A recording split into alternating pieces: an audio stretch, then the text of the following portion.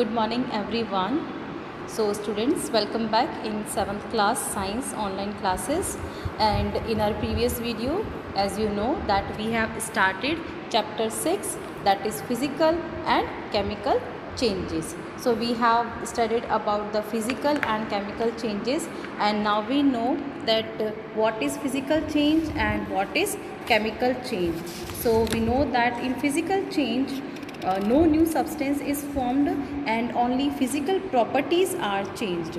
And in this change, we can say that most of the physical changes are reversible, and we have discussed about the characteristics of physical change. So we know that in physical change, only physical property such as size, shape, color and state change. During a physical change, no new substance is formed, and generally a physical change is reversible. So no overall energy change take place in physical change. And chemical composition of a substance remain the same during a physical change. So we can say that a change in which only the physical properties of any substance get changed into no new substance is formed is called physical change. Then chemical change. What is the meaning of chemical change?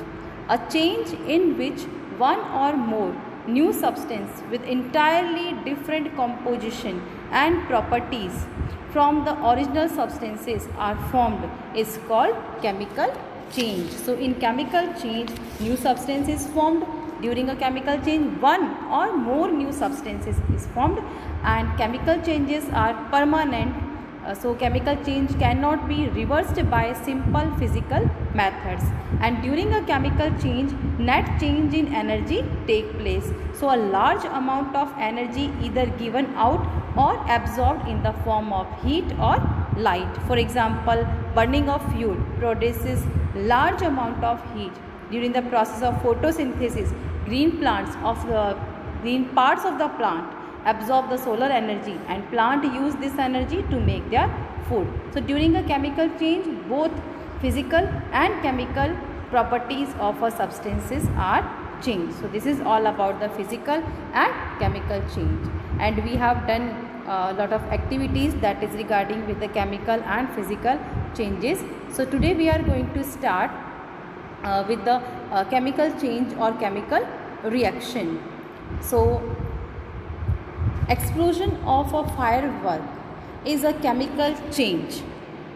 You know that such an explosion produces heat, light, sound and unpleasant gases that pollute the atmosphere. That is why you are advised not to play with fireworks. When food gets spoiled, it produces a foul smell. Shall we call this change a chemical change? Yes, this is also one kind of chemical change. You must have noticed that a slice of an apple and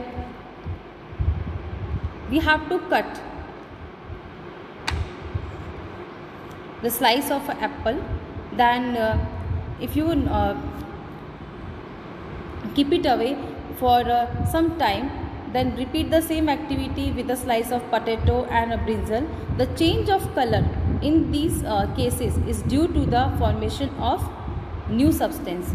So are not these changes chemical changes? Yes, definitely this is also one kind of chemical change. So students, explosion of firecrackers is a chemical change, because in such type of explosion, this explosion produces heat, light, sound and gases. And change in color of cut fruits and vegetables on keeping in air is a chemical change. If we cut an apple into slices and keep it in the open for some time, so the slices of apple acquire brown color due to the formation of new substance by the action of oxygen that is present in the air on acid of the apple. Similarly, the cut surface of brinjal or potato turns black on keeping in the air for some time due to the chemical change. And digestion of food is also a chemical change. It involves action of acid and enzymes on food, which results in formation of some new simpler substances having different chemical structure and properties. So we cannot get back food from these substances.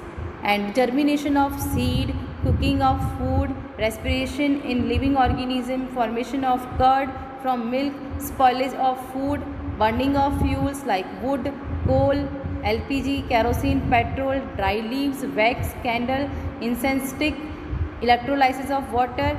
This is all are the example, and rusting of iron also are the example of chemical change. Now we will study about the protective shield. You must have heard the ozone layer in our atmosphere. It protects us from the harmful ultraviolet radiation which come from the sun. Ozone absorbs this radiation and breaks down to oxygen. Oxygen is different from ozone. Can we call the breaking down of ozone a chemical change? If ultraviolet radiation were not absorbed by ozone, it would reach the Earth's surface and cause harm to us and other life forms. Ozone acts as a natural shield against the radiation. So this is all about the chemical changes, and we have discussed lot of example of chemical change. Now we'll take one topic, that is rusting of iron is also one kind of chemical change. Iron objects like iron nail, iron pipes, iron grills and iron railings, when kept in moist air for a few days, get covered with brown powdery substance called rust. This process is called rusting of iron. Let us get back to rusting. This is one change that affects iron article and slowly destroy them. Since iron is used in making bridges, ships, car, truck bodies and many other articles, the monetary loss due to rusting is huge. So the process of rusting can be represented by the following. Iron, that is symbol is Fe because its chemical name is ferrous. So its symbol is Fe. Oxygen, O2 from the air plus water, that is H2O. They are reacting together and forming rust, that is iron oxide Fe2O3. That is the iron oxide. For rusting, the presence of both oxygen and water, that is water vapor, is essential. In fact, if the content of moisture in air is high, which means if it is more humid, rusting becomes faster. So how do we prevent rusting? So for the rusting, two conditions necessary: presence of oxygen of air and presence of water or water vapor as a moisture. So rusting of iron is a chemical change because iron reacts with oxygen and moisture to form a new substance, that is hydrated iron oxide, that is rust, and we cannot get back iron from the rust. So the process of rusting is represented in the equation also. So as a product, iron oxide is forming here, that is reddish brown rust. So how do we prevent rusting? Prevent iron articles from coming in contact with oxygen or water or both? One simple way is to apply a coat of paint or grease. In fact, these coats should be applied regularly to prevent rusting. Another way is to deposit a layer of metal like chromium or zinc on iron. So rust is soft and porous. So the layer of rust falls off from the surface of a rusted iron object, exposing fresh iron metal which start rusting. So the continuous rusting makes the iron object weak and ultimately useless. And iron is the cheapest and most easily available metal, so it is extensively used in our day-to-day life in making large number of objects such as gates, railing, bridges, grills, bodies of car, buses, trucks, etc. So rusting causes a great deal of loss and damage. So we have to prevent the iron from the rusting. So what we can do? We can do the coating the iron surface with a paint or grease, and various machine parts and tools made up of iron are coated with a thin layer of grease or paint when not in use. It prevents them from coming in contact with air and moisture, and hence rusting is prevented. Then coating iron with other metal, that is called galvanization. What is galvanization? The process of depositing a layer of zinc on iron is called galvanization. The iron pipes we use in our home to carry water are galvanized to prevent rusting. So the process of depositing a thin layer or coating of zinc metal on iron objects is called galvanization. And zinc metal remains unaffected by air and moisture. So the iron pipes used in our home to carry water are also galvanized to prevent rusting.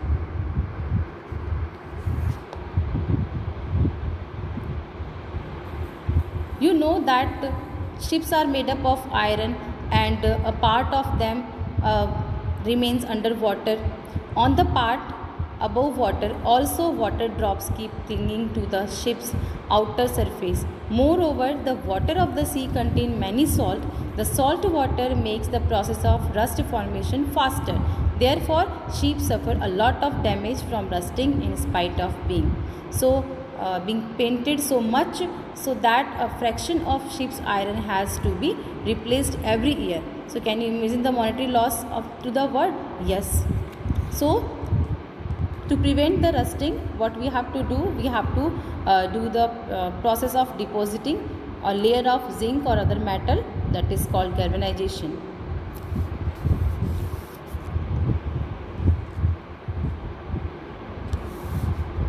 And by converting iron into stainless steel or alloying.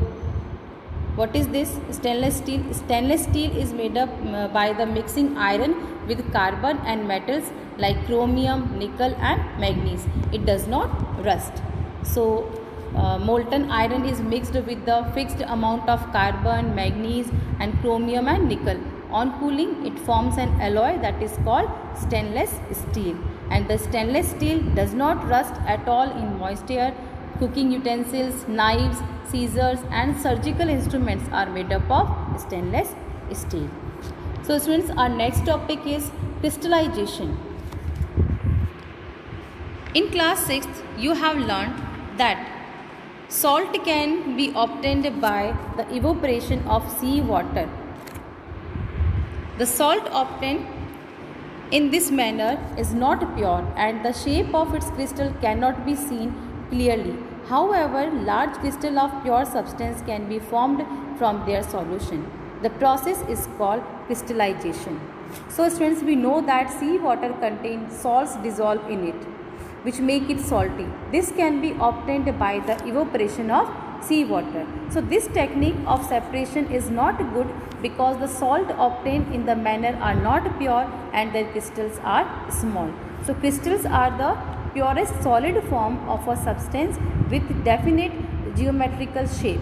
Many substances like sugar, urea, copper sulfate, alum, table salt form the crystal, and crystal of different substances have different shape. So crystallization is the process of obtaining pure solid crystal having definite geometrical shape. By obtaining crystal, we are able to purify certain substances. So we can obtain the crystal of copper sulfate in the this experiment. We can see to perform the presence of the teacher. Use only dilute sulfuric acid and be careful while boiling the water. So what we have to do in this activity, we have to take a cup full of water in a beaker and add a few drops of dilute sulfuric acid. Heat the water when it starts boiling and copper sulfate powder slowly while stirring continuously. That is given in figure 6.6. Continue adding copper sulfate powder till no more powder can be dissolved. Filter the solution, allow it to cool and do not disturb the solution when it is cooling. Look at the solution after some time. Can you see the crystal of copper sulfate? If not, then wait for some time. So students, after performing this activity, you will observe that blue crystal of copper sulfate is forming there. So you can observe the blue crystal of copper sulfate, and after 24 hours, separate the copper sulfate crystal from the solution by decantation and dry the crystal by keeping them between the filter paper. So you can obtain pure large crystal of copper sulfate by the process of crystallization, and no new substance is formed. So crystallization is an example of a physical change because pure crystal of copper sulfate are obtained by crystallization, which is a physical change. So this is all about the crystallization, and with this topic our chapter is completed. So students, we have completed our chapter 6, that is physical change and chemical change. So in this chapter we have studied about physical change and chemical change, characteristics of physical change and chemical change, and we have studied about the types of chemical reaction also, like combination, decomposition, displacement and double displacement, and one more chemical change, that is rusting of iron. And we have studied about the physical change, and we have discussed lot of example of physical change, and now we know that in physical change physical properties are changed and no new substance is formed and no overall change in energy, and it is reversible and temporary, and in physical change no change is observed in chemical composition. So this is all about chapter 6. Thank you everyone.